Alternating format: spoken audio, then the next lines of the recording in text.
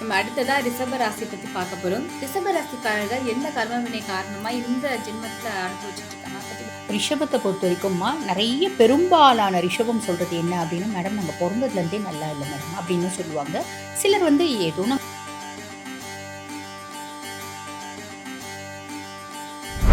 ரொம்ப கூலாக போகக்கூடிய பர்சனாலிட்டிஸ். இது வந்து பார்த்தீங்கன்னா ரிலேஷன்ஷிப் கர்மா அப்படின்றது ஒன்று ரிஷபத்துக்கு உண்டு. அப்படின்னா என்ன அர்த்தம்? பொதுவாக பூர்வ ஜென்மத்தில் வந்து பார்த்தீங்கன்னா ரிஷபத்தை பொறுத்த வரைக்கும் இப்போ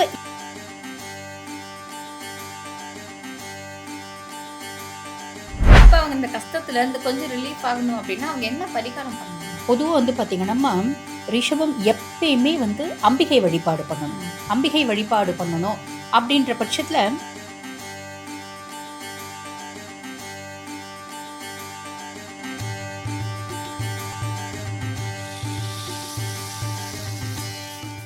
நம்ம எல்லாருக்குமே கர்மா அப்படின்னா ரொம்ப நல்லாவே தெரியும். ஆனால் எதனால் இந்த கர்மா நம்ம வாழ்க்கையில் இப்படி செய்யுது அப்படின்னா நம்ம யாருக்குமே தெரியாது.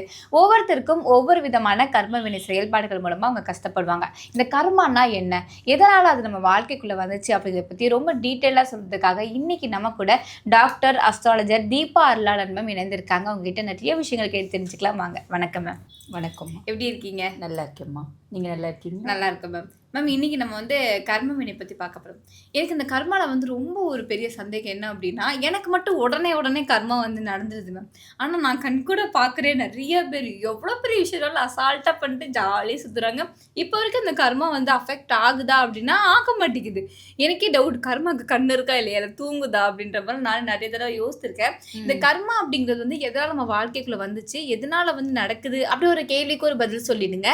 அது மட்டும் இல்லாமல் இந்த கர்மா எப்போ மேம் அவங்களுக்கு ஆக்டிவேட் ஆகும், அதை பற்றி எங்களுக்கு விளக்கமாக சொல்லுங்கள். கண்டிப்பாம்மா. பொதுவாக இந்த கர்மிக் எஃபெக்ட்ஸ் அப்படிங்கிறத வந்து பார்த்தீங்கன்னா கர்மா அப்படின்றது நல்ல கர்மாவும் உண்டு, கெட்ட கர்மாவும் உண்டு. இப்போ நீங்கள் மீன் பண்ணுறது வந்து பார்த்தீங்கன்னா கெட்ட கர்மா. நான் ஏதாவது கெட்ட செஞ்சதுன்னா உடனே எனக்கு வந்து பார்த்தீங்கன்னா பிரச்சனை வந்துடுது.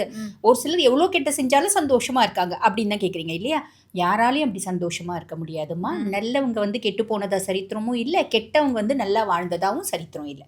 காரணம் என்ன? இப்போ இதை நம்ம சொல்லும்போது ஆரம்பத்துலேயே சிலர் கமெண்ட் போடுவாங்க, கெட்டவங்க தான் நல்லா வாழறாங்க அப்படின்னு. இல்லைம்மா, அது உண்மை கிடையாது. பொதுவாக வந்து பார்த்தீங்கன்னா 3 விஷயம் வாழ்க்கையில் வந்து தோற்று போனதா சரித்திரமே கிடையாது. அது என்ன அப்படின்னா, நம்ம நல்லவங்களா இருந்தால் நம்மளுக்கு கெட்டது நடக்காதுமா.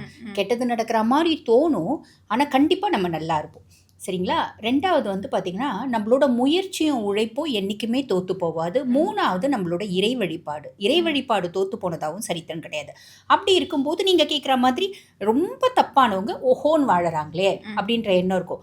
ரொம்ப தப்பானவங்க எவ்வளோ ஓஹோன்னு வாழ்ந்தாலும் சனி எப்போ சரியில்லாமல் வரான், கோச்சார பிரகாரம் சனி பகவான் வந்து பாருங்கள் 7 நாட்டு சனியாக வராரு, அஷ்டம சனியாக வராரு, அர்த்தாஷ்டம சனியாக வராருன்னு போது நீ என்ன தப்பு செஞ்ச, அந்த தப்புக்கு எல்லா அளவும் வந்து பார்த்தீங்கன்னா நான் பஞ்ச வைக்காமல் அதுக்கான பனிஷ்மெண்ட்டை கொடுத்துருவேன்ப்பா. உன்னை எங்கே அடிச்சா வலிக்கும்.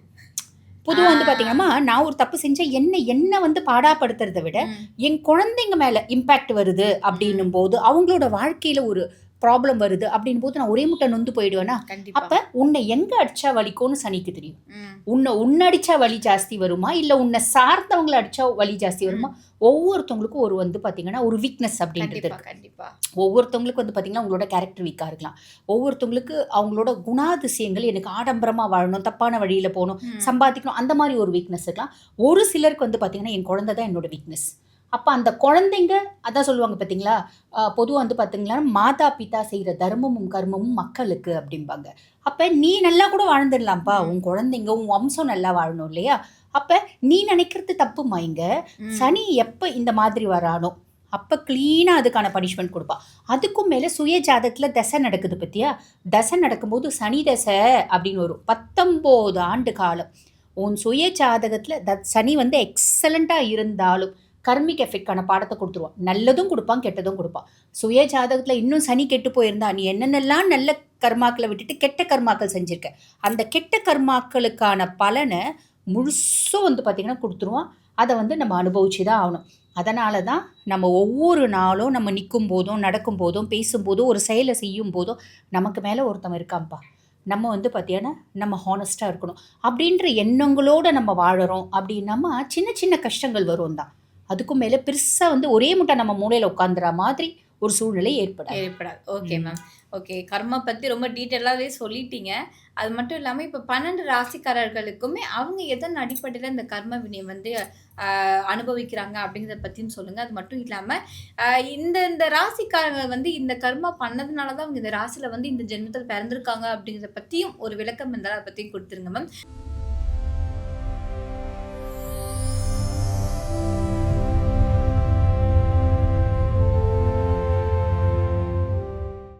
நம்ம அடுத்ததா ரிஷப ராசி பத்தி பார்க்க போறோம். ரிஷப ராசிக்காரர்கள் எந்த கர்ம வினை காரணமா இந்த ஜென்மத்தில அனுபவிச்சுட்டு இருக்காங்க? அத பத்தி ரிஷபத்தை பொறுத்த வரைக்கும்மா நிறைய பெரும்பாலான ரிஷபம் சொல்கிறது என்ன அப்படின்னா, மேடம் நாங்கள் பிறந்ததுலேருந்தே நல்லா இல்லை மேடம் அப்படின்னு தான் சொல்லுவாங்க. சிலர் வந்து ஏதோ நாங்கள் கொஞ்சம் இருந்தவங்க இப்போல்லாம் ரொம்ப கஷ்டப்படுறோங்க. ரிஷபம் எப்பயுமே நாங்கள் நல்லா இல்லை நல்லா இல்லை நல்லா இல்லை அப்படின்ற வார்த்தையை எதனால சொல்லுவோம். ஃபேமிலினால தான். ம். வெளியே வந்து பார்த்தீங்கன்னா யார் கூடயும் ரிஷபத்துக்கு பஞ்சாயத்து கிடையாது, பகை கிடையாது, பிரச்சனை கிடையாது. ஏன்னா வந்து ஒரு தென்றல் மாதிரி அதுதான் ம். ரிஷபம் அப்படின்னு சொல்லலாம். ரொம்ப கூல் பர்சனாலிட்டிஸ். யார்கிட்டயும் பிரச்சனை பண்ணிக்க மாட்டாங்க. யாராவது வழியே என்கிட்ட வந்து பிரச்சனை பண்ண வராங்க அப்படின்னா கூட நான் ஓகேப்பா நாளைக்கு பார்க்கலாம், நாளைக்கு வந்து நீ பிரச்சனை பண்ணு அப்படின்ற மாதிரி போயிடுவேன். ரொம்ப கூலாக போகக்கூடிய பர்சனாலிட்டிஸ். இது வந்து பார்த்திங்கன்னா ரிலேஷன்ஷிப் கர்மா அப்படின்றது ஒன்று ரிஷபத்துக்கு உண்டு. அப்படின்னா என்ன அர்த்தம்? பொதுவாக பூர்வ ஜென்மத்தில் வந்து பார்த்திங்கன்னா ரிஷபத்தை பொறுத்த வரைக்கும் இப்போ இந்த காலகட்டத்தில் ரிஷப ராசி பிள்ளைங்க இருக்காங்க அப்படின்னா பூர்வ ஜென்மத்தில் அவங்களோட வாழ்க்கை எப்படி இருந்திருக்கும் அப்படின்னா, நல்ல குடும்பம் கிடச்சிருக்கும், நல்ல கணவன் கிடச்சிருப்பார், நல்ல குழந்தைங்க கிடச்சிருக்கும். ஆனால் இந்த ரிஷபம் வந்து தான் அப்படின்ற ஒரு அழகு என்னோட கம்ஃபர்ட் எனக்கு முக்கியம், என்னோட அழகு எனக்கு முக்கியம். நான் வந்து பார்த்திங்கன்னா திருப்பி என் அழகை பராமரிக்கிறதுலேயே என் லைஃப்பை ஓட்டியிருப்பேன். அதே மாதிரி என்னோட கம்ஃபர்ட்டை எல்லளவும் நான் குறைச்சிக்க மாட்டேன் யாருக்காகும். ஓரளவுக்கு செல்ஃபிஷாகவே இருந்திருப்பேன். என்னோட குடும்பத்து மேலே எனக்கு பெருசாக கன்சர்னே இருந்திருக்காது, குழந்தைங்க மேலே பெருசாக வந்து பாசமே இருந்திருக்காது. அப்போ அந்த ஒரு கணவனும் அந்த குழந்தைங்களும் அந்த குடும்பமும் எவ்வளோ இவங்க பாசத்துக்காக ஏங்கியிருக்கும். என்னென்னா பூர்வ ஜென்மத்தில் ரொம்ப நல்ல குடும்பமாக ரிஷபத்துக்கு கிடச்சிருக்கும். அப்போ அந்த நல்ல குடும்பத்தை புரிஞ்சிக்காதது, கணவனை புரிஞ்சிக்காதது, குழந்தைங்க மேலே அன்பு செலுத்த நேரம் இல்லாமல் போனது. இப்போ ஒரு பூர்வ ஜென்மத்தில் ராணியாக இருந்தாங்கன்னு வச்சுக்கோங்கம்மா, கணவனை புறமாக தள்ளி வச்சுட்டு அரசாண்டிருப்பாங்க. பொதுவாக அந்த காலத்துலாம் வந்து பார்த்திங்கன்னா பெண்ணுக்கு சம உரிமை அப்படின்றது கிடையாது. ஆனால் அதுக்கு மேலே உரிமை கொடுத்த காலகட்டமும் இருக்குது. ரெண்டும் மிக்ஸ்டு மாதிரி தான். இந்த அளவுக்கு அந்த காலத்தில் வந்து இப்போ இருக்க மாதிரி ஆணும் பெண்ணும் சரிநிகர் சமானம் அப்படின்ற விஷயம் கிடையாது இல்லையா? அப்போ ஒரு ஆணை புறம்பா தள்ளி வச்சு நாட்டை அரசாள்றாங்க அப்படின்னும் போது அந்த ஆணுக்கு எவ்வளோ அசிங்கமோ, எவ்வளோ குற்ற உணர்ச்சியும், எவ்வளோ தனக்கு ஒன்றுமே வந்து பார்த்திங்கன்னா திறமையே இல்லைன்றது முத்திர குத்துற மாதிரி ஆயிடுது பார்த்தீங்களா? இந்த மாதிரி விஷயம்லாம் ரிஷபம் பூர்வ ஜென்மத்தில் செஞ்சதுனால இந்த ஜென்மத்தில் ரிஷபமாக பிறந்திருக்காங்க. அப்போ இந்த ஜென்மத்தில் ரிஷபமாக பிறந்து நாங்கள் அனுபவிக்கிறது என்ன அப்படின்னு ரொம்ப சிம்பிளாக சொல்லணும் அப்படின்னம்மா, பொதுவாக ரிஷபத்துக்கு தகுதியே இல்லாத ஒரு கணவனை தான் ரிஷபன் கல்யாணம் பண்ணிக்கும். அவங்களுக்கு தகுதியே இல்லாத ஒரு மனைவியை தான் கல்யாணம் பண்ணிக்கும். அதுவும் வந்து பார்த்திங்கன்னா லவ் பண்ணி உருகி எத்தனை உருகினாலும் போடலாம், அத்தனை உருகி லவ் பண்ணி தப்பான பார்ட்னரை செலக்ட் பண்ணுவாங்க. புரியுதுங்களா? இவங்க என்ன நினைப்பாங்க, நான் ரொம்ப பர்ஃபெக்டாக லவ் பண்ணி பர்ஃபெக்டான பார்ட்னரை செலக்ட் பண்ணிட்டு இருக்கேன் அப்படின்ற ஒரு இன்ட்யூஷன் இருக்கும். அப்படின்ற ஒரு தவறான ஒரு நோக்கத்தோடு வந்து பார்த்திங்கன்னா, அதாவது தவறான எண்ணம் நோக்கன்றதோட இவங்க நோக்கம் வந்து நல்லது தான். நான் உண்மையாக லவ் பண்ணுறேன், நான் கல்யாணம் பண்ணிக்கணும் அப்படிம்பாங்க. கரெக்டாக சொல்லி வச்ச மாதிரி பட்சி சொல்லுவோமோ, பறவை சொல்லுமோ, யார் சொல்லுமோ சொல்லி வச்ச மாதிரி exact opposite life partner select பண்ணி அந்த எந்த அன்பை போன பிறவியில் நிராகரிச்சாங்க அந்த அன்புக்காக ஏங்குவாங்க. அப்போ நல்ல லைஃப் பார்ட்னர் செலக்ட் பண்ண மாட்டாங்க, நல்ல குடும்பத்தை செலக்ட் பண்ண மாட்டாங்க. ஆனால் இந்த பிள்ளை ரொம்ப நல்ல பிள்ளையாக இருக்கும், போய் மாட்டினது இது குருவியாக இருக்கும், போய் மாட்டினது வவ்வால் கூட இருக்கும். அப்போ வவ்வால் கூட்டத்தோட போய் குருவி சேர்ந்தா என்ன ஆகும்? இதால் தலைக்கீழே தொங்கவும் முடியாது, நிமிர்ந்து நின்னாலும் அவங்க கூட ஒத்துப்பட்டு வாழவும் முடியாது. இதுதான் வந்து பார்த்திங்கன்னா ரிஷபத்தினோட வாழ்க்கை அப்படின்னு சொல்லலாம். அப்போ பிறவி கர்மா, அதாவது அந்த ரிலேஷன்ஷிப் கர்மா. அப்போ இந்த காலகட்டத்தில் வந்து பார்த்திங்கன்னா ரிஷபத்தில் பிறந்து அந்த உண்மையான அன்புக்காக ஏங்குவாங்க. ஏங்கி எங்கே கிடைக்க போகிறதில்ல. அப்போ கிடைக்கணும் அப்படின்னா வந்து பார்த்திங்கன்னா இவங்க ஒரு சில விஷயங்களை மனதளவில் மாற்றிக்கணும். நான் உன் கூட பழகிறேன் அப்படின்னு ஆத்மார்த்தமாக, ரொம்ப லாயலாக, ரொம்ப அன்பாக. ரிஷபத்துக்கு புத்தின்னு ஒன்று இருக்குமா, அந்த புத்தி வந்து எக்ஸலண்ட்டான புத்தி. ரிஷபத்தினோட இன்டெலிஜென்ஸ் வந்து யாருக்கும் கிடையாது. ஆனால் அந்த புத்தி அப்பப்போ ரிஷபம் அடமான கடையில் வந்து பார்த்திங்கன்னா அடமான வச்சுடும் அப்படின்னு சொல்லலாம். புரியுதுங்களா? அவங்க வந்து பார்த்திங்கன்னா அந்த மனசு சொல்கிற பேச்சே கேட்பாங்க, புத்தி சொல்கிற பேச்சே கேட்கவே மாட்டாங்க. புத்தி சொல்லும் வேணாம்ப்பா, இவங்களுக்கு வந்து இவங்க உனக்கு ஒத்து வராது, நீ லவ் பண்ணாத அப்படின்னு சொல்லும். இல்லை எனக்கு பிடிச்சிருக்கு. அந்த புத்தி வந்து ஓவர் ரைட் பண்ணி மனசு சொல்கிற பேச்சை கேட்பாங்க. அதே மாதிரி பார்த்திங்கன்னா யார் அவங்கள மதிக்கலை அப்படின்னாலும் இவங்க அவங்க மேலே ஆசை வச்சிட்டாங்கன்னா காலில் விழுவாங்க. நீ வந்து தயவு செஞ்சு என்னை விட்டு போயிடாத. ஒரு பையனை ஒரு பொண்ணு லவ் பண்ணுதுன்னு வச்சுக்கோமா, அந்த பையன் இன்னொரு பொண்ணு கூட பழகுறான் அப்படின்னு தெரிஞ்சாலும் நீ அந்த பொண்ணு லவ் கூட ஒரு ஸ்டேஜில் வேண்டான்னு சண்டை பிடிப்பாங்க.